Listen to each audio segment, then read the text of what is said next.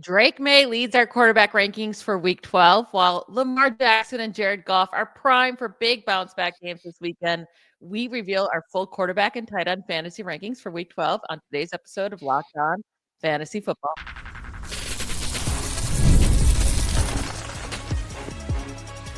You are Locked On Fantasy, your daily NFL fantasy podcast.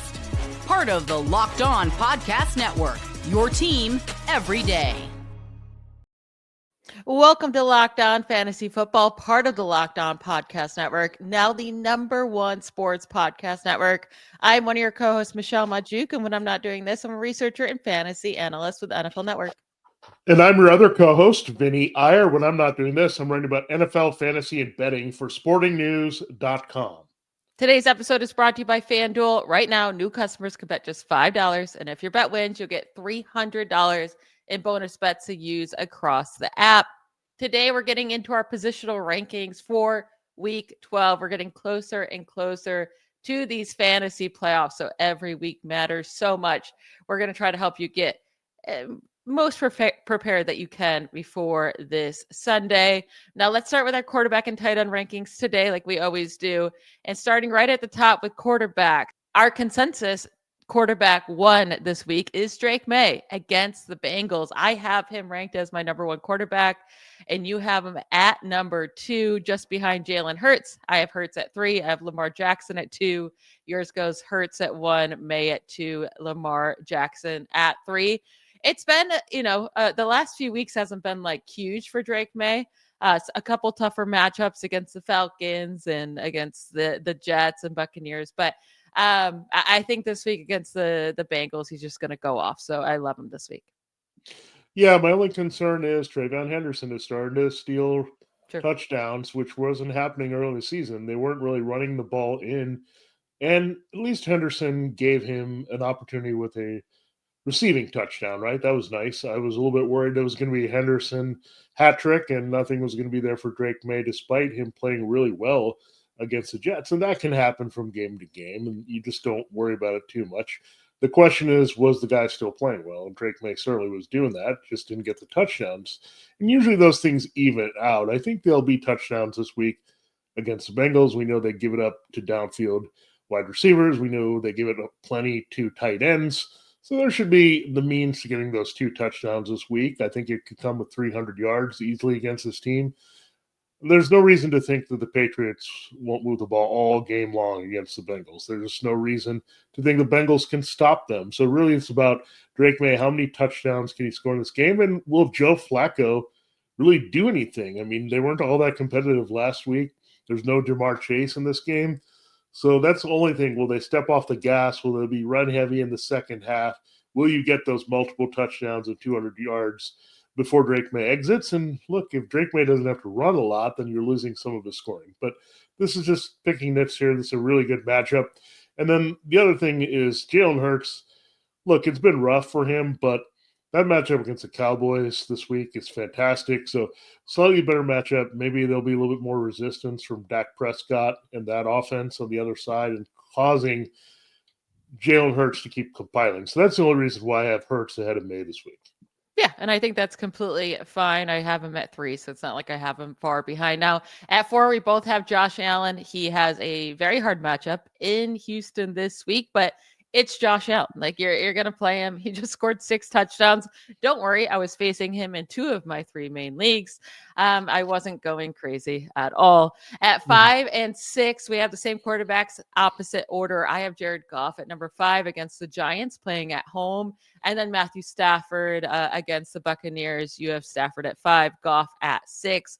Both had disappointing fantasy games last week. Goff only scored 12 points against the Eagles, but that was on the road and outdoor in Philadelphia. We know he's not typically great in those situations. And then with Stafford, the Seahawks are a really good defense. They just are. They have a good secondary. So he scored 13 points in that game, only threw for 130 passing yards, but he was leading the league in passing yards per game prior to last week. And he's still the quarterback 4 on the season on average. So Stafford should be right back into your lineup. The Buccaneers have allowed the 8th most points per game to quarterbacks this season. And then with Goff, I mean, the Giants have just been getting destroyed by quarterbacks. So they're allowing the 2nd most points per game to quarterbacks this year, but then also the most since week 5. So they've been getting destroyed. Yeah, it's a terrible matchup for the Giants all the way around because they struggle with the two things that the Lions like to do offensively: use the power run to set up the downfield pass with Jameson Williams. And that's going to be a big problem. Amon-Ra St. Brown, Williams, it's back at home. So he's good to go even without that key target. Really, LaPorta, I think there's been a shift really to more Jameson Williams anyway this season. So I don't think it's devastating. There's other tight ends that they could throw to on this team if they need to get that production. But yeah, it's a bummer for LaPorta himself. But Goff, again, marches on really well this week. And with Matthew Stafford, he should get a little bit of resistance, just like Josh Allen did from Baker Mayfield. It may not come via Baker Mayfield. It might come through the running game or the Bucs doing other stuff there. But that should also make the Rams be more intent on trying to score more touchdowns because the Seahawks went into field goal fest mode, and that did not help Stafford put up more points with Sam Darnold not doing anything against him.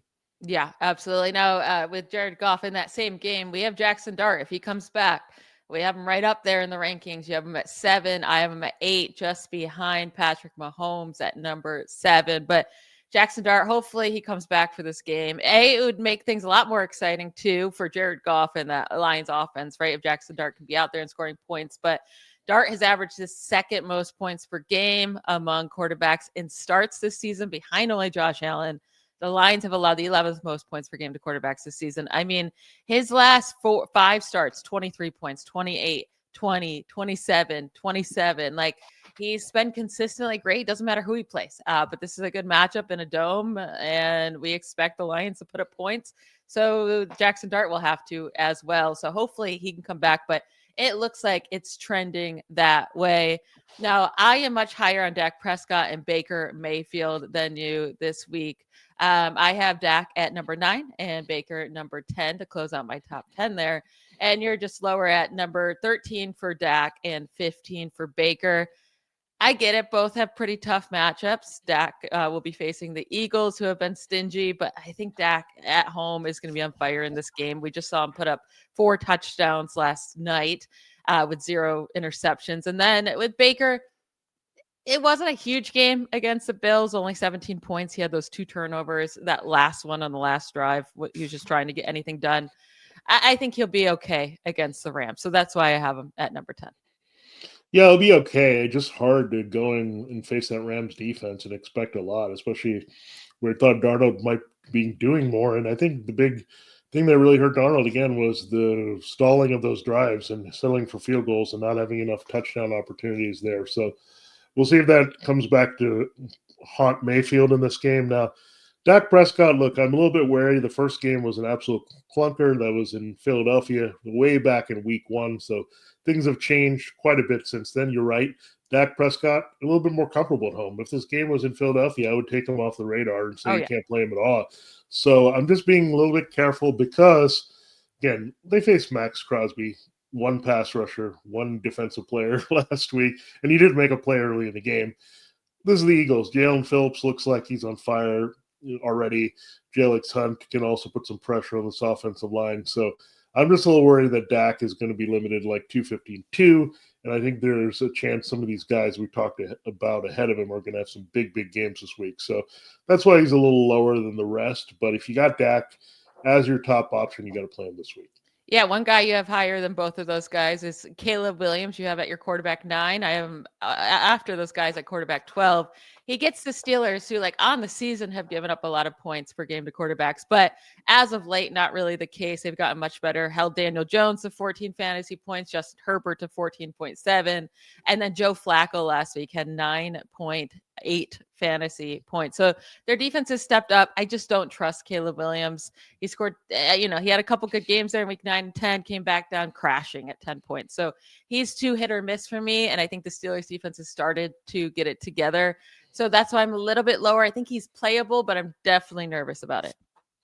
Yeah, Caleb Williams is volatile. That's no question about that. I mean, he just is a guy that when it looks good on paper, it could fall apart. But there's a couple things I like in the Steelers matchup. I think he'll run a little bit more to give him some numbers.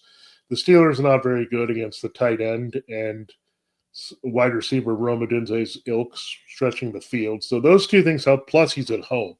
And I feel a little bit more comfortable with the young quarterback at home. The Steelers may be without Aaron Rodgers. They're probably trending toward that right now. So I don't know what that does really to change much. I mean, Mason Rudolph played better than Rodgers coming in last week. Yeah, so I think the Steelers will be somewhat competitive in this game to keep Williams in it a little bit more. Last week, the Vikings were messy until the fourth quarter, so that's also going to help Williams produce overall. So I think he has a solid game, but not spectacular here.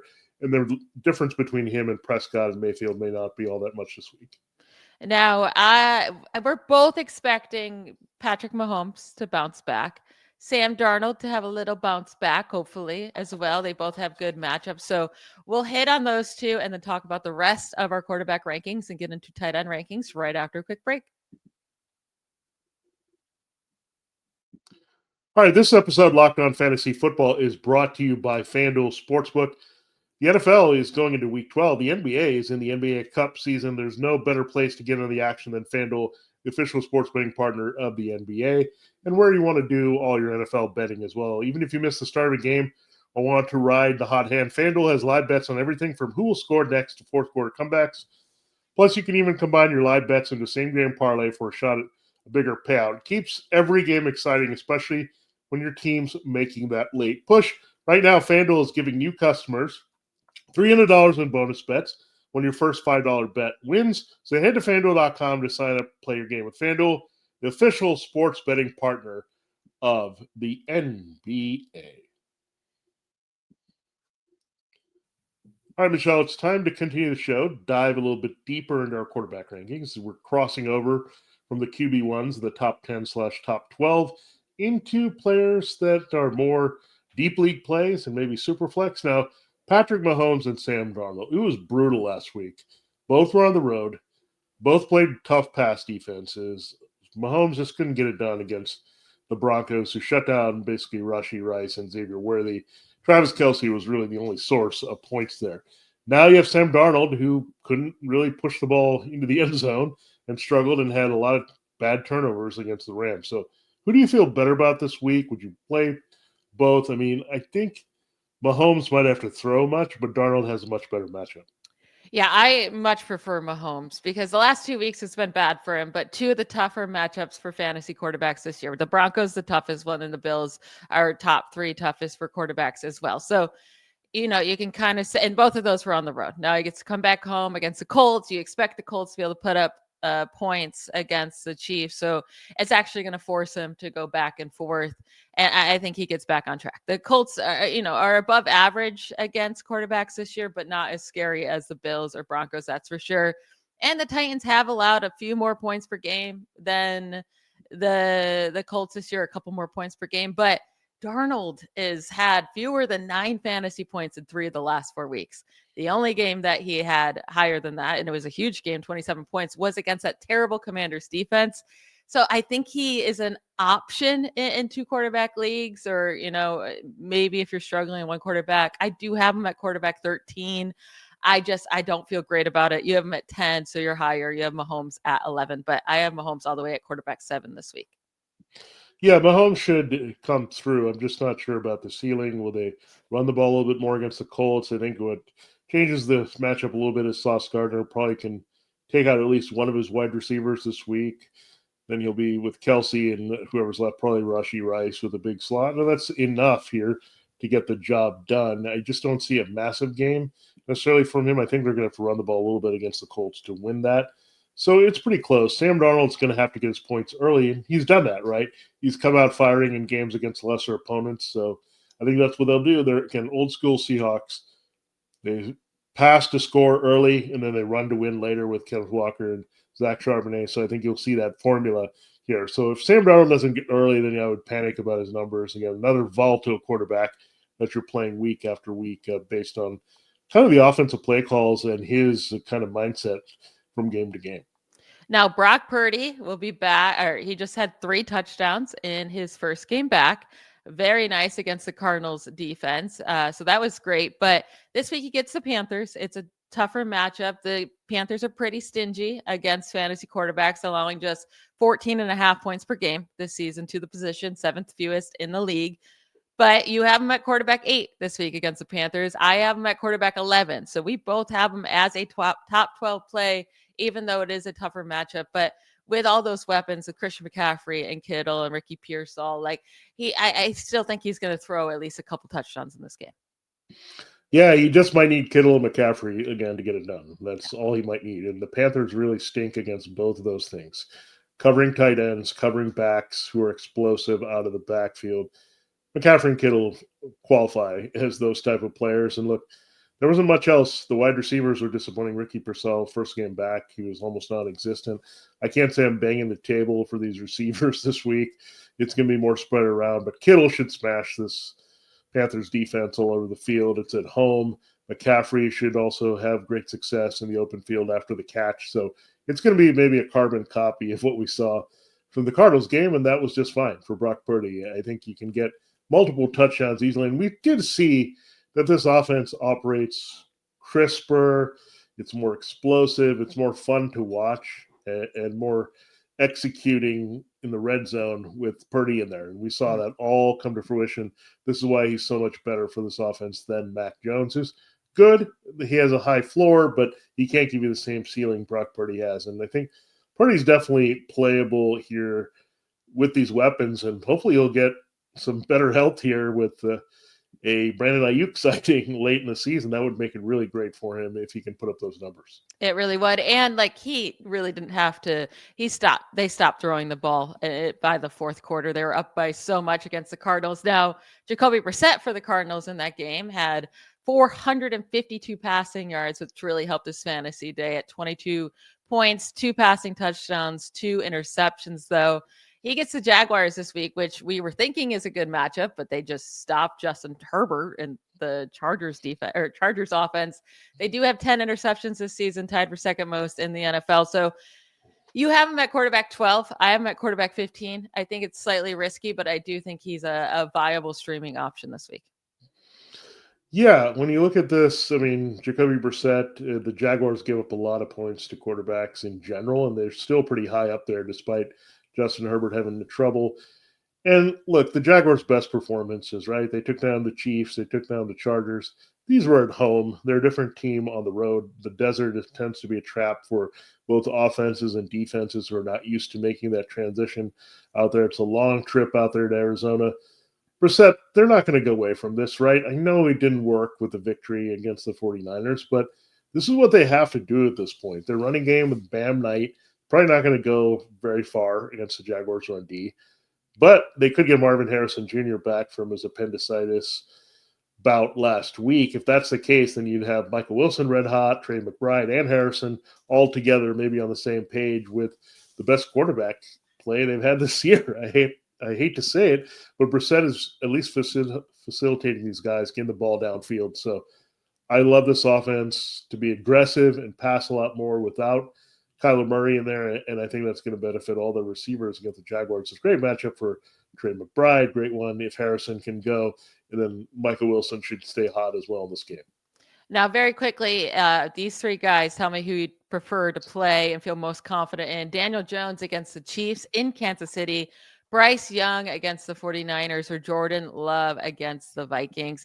I'm actually leaning Bryce Young out of this group. He had a huge game last week, 32 points against the Falcons, and the 49ers have been, they just let Jacoby Brissett score 22 points, 452 yards. Like, they'll be that garbage time again, I'm sure. And the 49ers have allowed the second most points per game to quarterbacks since week 5, behind only the Giants. So I like Bryce Young. I think the matchup for Jones is hard. And Jordan Love last week, even against the Giants, an amazing matchup. 17.7 points. Like, the ceiling's just not there, and the floor is scary. So I'm staying away from him. Yeah, I can see where you're going with that, because I do want to put Bryce Young higher. I do have Jordan Love at 14, by the way. Jones at 16, Young at 17. So it's very close to me. I just don't completely trust Young when he's not in Carolina and he's going on the road and it's prime time. I think that 49ers defense will play a little bit better. I'm also concerned about Jones because the Chiefs defense will be in desperation mode. The Vikings, I don't know where their mind is at this point. They're falling apart. There's not much there to hang their hat on. Jordan Love might have to put the ball up a little bit more should Josh Jacobs miss the game. And look, that Christian Watson connection got a little bit warmed up. We'll see if they can get other receivers in there. I don't think it's going to be pretty. He still didn't do what I said and run more. Like that would be really nice if he would do that to add to his fantasy value. So maybe if I would rethink this, I would think a little bit more about Young. I'm not crazy about playing any of these guys. I'll just say that. Love the Vikings defense is still pretty tough on quarterbacks, but the only reason that it would have an advantage is that it's in Lambeau Field, and Love tends to play better there. And I think after this kind of get well last quarter against the Giants, that will probably help him in this game. Yeah, hopefully, because he needs to step it up, that's for sure. And then for Jones, it's going to come down to his rushing in that game. If he can get some rushing yards, rushing touchdowns, because the Chiefs have only allowed 9 passing touchdowns all season long, second fewest in the league behind only the Broncos. So he's going to have to do it with his legs, which they have been allowing yards and touchdowns to quarterbacks this year. They've also faced Lamar Jackson and Josh Allen. So it's like, okay, they've had some tough quarterback opponents. Now we're going to transition to our tight end ranking, some really nice matchups for these elite guys at the top. And then we'll get into some sleeper tight ends that you can play as well. We'll do that right after a quick break. Today's show is brought to you by our friends over there at Peloton. Look, folks, it's time to break through the busiest time of the year with a brand new Peloton cross-training Tread Plus that's powered by Peloton IQ. It's Peloton's most elevated technology and equipment yet that gives you real-time guidance, and it gives you endless ways to move, whether you want to work out by yourself or if you want to work out with your favorite instructor, like my personal favorite, Alex Toussaint. He always gets me fired up to tackle the day. And the thing I like about Peloton, it helps me achieve more in less times. They have features that help you plan, stay motivated, track your progress, and Peloton IQ also provides personalized workout plans and recommendations. That's something that I use right now during the busiest time of the year covering the NFL. They plan my workouts for me based on my mood, my vibe, and also my favorite instructors. So make sure you check it out and use it, because it also helps you correct your form in real time, and it maximizes your reps. It counts your reps so that you can do it smarter, safer, and more efficient. Let yourself run, lift, flex, push, and go. Explore the new Peloton cross-training Tread Plus at onepeloton.com. All right, let's finish up today's episode with our tight end rankings for Week 12. Aranda Gadsden and Zach Ertz and Evan Ingram are all on bye, with Sam LaPorta on IR. At the top, we have the same 5 tight ends in a slightly different order. I have Trey McBride, number 1, Kittle 2, Tyler Warren 3, Brock Bowers 4, and Travis Kelce 5. Yours goes McBride 1, George Kittle, Travis Kelce, Brock Bowers, and then Tyler Warren at number 5. But some really great matchups in there. Trey McBride's going to eat the Jaguars alive. Kelce has a great matchup against the Colts, allowing the 4th most points per game. So it's looking good. And like you said, the Panthers can be beat pretty good by tight ends too. So George Kittle should continue thriving with Brock Purdy. Now, your tight end 6 is Mark Andrews, who will be facing the Jets this week. I still have him down there at tight end 12. He had a good game because of that 35-yard rushing touchdown to win the game, but still only 3 receptions, 32 yards. He just doesn't get any receptions or yards. So I'm still keeping him down. He's completely touchdown dependent, and maybe he can come down with one this week too, but that's why I have him tight end 12. Yeah, I mean, the thing is he keeps scoring, and that's important because they need sources to score here. Derrick Henry and Mark Andrews are basically where their touchdowns come from. Zay Flowers has not scored. So he's just not a guy that they look to in the scoring position. If they do that at wide receiver, it's usually Rashad Bateman. So Andrews is going to score in a lot of weeks, especially when Andrews is clicking with Lamar Jackson. Look, Lamar Jackson was off last week. The Browns defense showed up like the Browns defense at home. They were pressuring him all game. You had Myles Garrett sacked 4 times. But, look, if anyone said Andrews was slow down, I was surprised how fast he was at that fake tush push. And then he just shot through the entire Browns defense, which was playing well up to that point. But they couldn't catch him there. So they just need to give him more opportunities. I think this is the weird thing is, he's playing well and coming through when they need it, but they just need to give him more shots to do that. It's not like anyone is taking away his key tight end looks on this team because, Isaiah Likely has not been a thing really all season long. So it's kind of weird, right? The Ravens have kind of got their offense on track, but not completely, right? Lamar had that one big game, they went right back to having a clunker. This could be the week they put it all together. The Jets front is not going to have Quentin Williams. We know that. They're weak on the back end. So I just think overall this is going to be a fine Ravens performance. And if they score a lot of points, Andrews is usually heavily involved with that for Lamar Jackson. Now, we both have Hunter Henry in our top 8. I have him at 6. You have him at 8 against the Bengals. And it's strictly because he's playing the Bengals, right? The Bengals have allowed the most points per game by far to tight ends. 4 more points per game to tight ends than any other team this season in half PPR. And, Hunter Henry has now gone 7 straight games with 7 or fewer fantasy points. So he has not been a good tight end. But he still has 6 targets in 2 of the last 3 games, 51 yards in week 9, 45 yards in week 11. Like, if he gets 6 targets plus again against the Bengals, he's going to come through and be a solid tight end play. So I like him this week. Yeah, I mean, Hunter Henry is the tight end of choice here. I mean, last week we were just on the wrong Steelers tight end, Michelle. I know what's going on here, but Darnell Washington might have taken over despite having Pat Fryermuth and Jonas Smith and them showing us things with them all season long. They pivoted to Darnell Washington in the game last week. So we did not get the positional concept wrong. The Bengals still had problems against the tight end. So Hunter Henry can be a big factor. It was good he warmed up a little bit last week, was rather involved against the Jets. That's good, right? So that he's going to be a factor in this game. I think it's a big Stephon Diggs and Hunter Henry game. I think the Bengals are going to do whatever they can so that they don't give up a big play, and Henry should be wide open all day long. So I'm loving Hunter Henry this week in that matchup. And look, we're going to have to move everybody up, right? With Sam LaPorta gone, it's going to make everyone slide up a little bit and play and extend to tight ends that we may not normally play. Yeah, absolutely. Now, Theo Johnson, I have at number 7 and Juwan Johnson at number 9 with Jake Ferguson mixed in between there at number 8. You have Ferguson at number 7. So we're similar on Ferguson, but with Theo Johnson and Juwan Johnson, I am higher on both of those guys. You have Theo Johnson at 16 and Juwan at 18.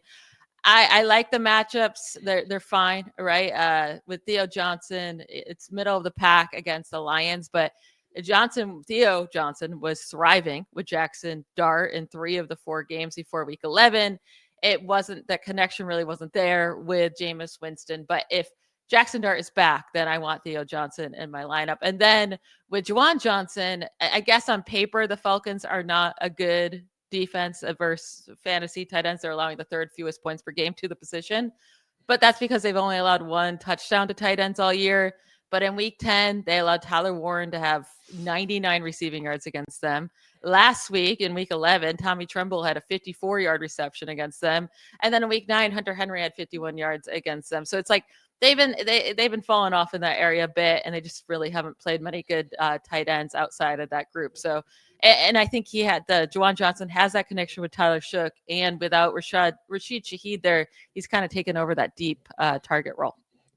Yeah, I'm with you that Juwan Johnson may exceed my expectations in this one. I'm not feeling it totally. Again, he's a little bit different because he's a hybrid tight end wide receiver. We'll see what the coverage is there with AJ Terrell and the rest of them in that matchup. You figure that might open up the field a little bit for him with Terrell and Chris Olave. So we'll see how that plays out. But the Falcons also can maybe rush the passer pretty well in this one, maybe stop those long downfield plays, and that's what Johnson has kind of become now with Shuck in there. So keep that in mind. The thing with Theo Johnson, the Lions are actually very good at really stopping the tight end. It's because of who they have in the middle, right? Alex Anzalone and Brian Branch. I mean, those are really tough dudes to want to catch the ball in front of. So we'll see how that plays out. I think I do like the receivers a little bit better this week. I know they'll spread it around with Jaxson Dart, and he's kind of just done it by committee there at wide receiver, but I don't see a big game for Theo Johnson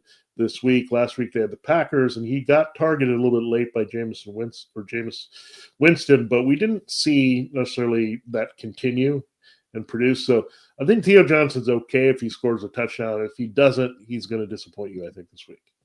Yeah, I could definitely see that. Now, Some other tight ends that could have big games this week. Colston Loveland against the Steelers. He should be a solid play. I have him at tight end 10. You have him at 12. The Steelers are allowing a lot of points to tight ends this year, 6th most in the league. So, and Colston Loveland's playing time has stayed up since that Cole Kmet original injury. He's back now, but it has stayed up. So Colston Loveland is a fine play. But if you had to choose between these 3 guys to close out today's show, Brock Wright against the Giants, so the backup to Sam LaPorta that's now starting. He had 7 targets last week, but the issue is the Eagles are really, really good against tight ends, so it only turned into 2 receptions, 8 yards. Giants, however, could be beat. Cade Otton against the Rams or Harold Fannin Jr. against the Raiders. Who would you go with out of this group? Yeah, I said before, I don't think Goff's going to need the tight end much. I think St. Brown and Williams will do plenty of damage this week, as well as, of course, Gibbs and Montgomery. So I don't think they're going to have to force the ball into the tight end there. So Brock Wright basically comes down to, will you get the 6 points from him? And they throw to random tight ends in the red zone, so that's a possibility. With Harold Fannin, the Ravens, or the Raiders, I should say, are pretty good against the run. I know the Ravens gave up 1 play there to Fannin. We'll see about the Shedeur Sanders thing, right? His best throw, weirdly, in a terrible game in the second half for Sanders was to Fannin. Go figure, but is that going to be sustainable? What are we going to get if he plays a full game? Goes back to Dylan Gabriel. The offense in general has been underwhelming. I actually kind of like Jerry Jeudy more as the receiver in this game. So it's coming back to Cade Otton. Cade Otton, I didn't like him that much last week. The Bills matchup was brutal. This matchup against the Rams is pretty good. That's why if you look at the game plan last week, the Seahawks were trying to make A.J. Barner a thing in that game early. So I think that's going to happen again this week with Cade Otton. Baker Mayfield needs someone in the middle of the field, someone to protect the ball and keep it there. Without Rachaad White in the lineup as much, with Sean Tucker playing, I think Cade Otton's going to be that guy a little bit more. So clearly to me, it's Otton. I am at number 10. I'm not looking at Brock Wright at all this week, and Fan and I have dropped all the way down to 17 beyond Theo Johnson, by the way. Yeah, I have Cade Otton ranked the highest out of that group too. I agree with you. It's a solid matchup against the Rams, and they'll need to use Baker. Will need to use him for sure if they want to put up some points. That is it for today's episode. I want to thank you all for making Locked On Fantasy Football your first listen of the day. For your second listen, get a double dose of the Locked On NFL podcast. Tyler the Man Roland gives you a shot of espresso to start your football day, while Tony Wiggins takes you into the barbershop for the smoothest breakdowns to end the day. Find Locked On NFL on YouTube or wherever you listen to podcasts. We will be back tomorrow to reveal our running back rankings for week 12, so don't miss that. Talk to you then. Bye, y'all.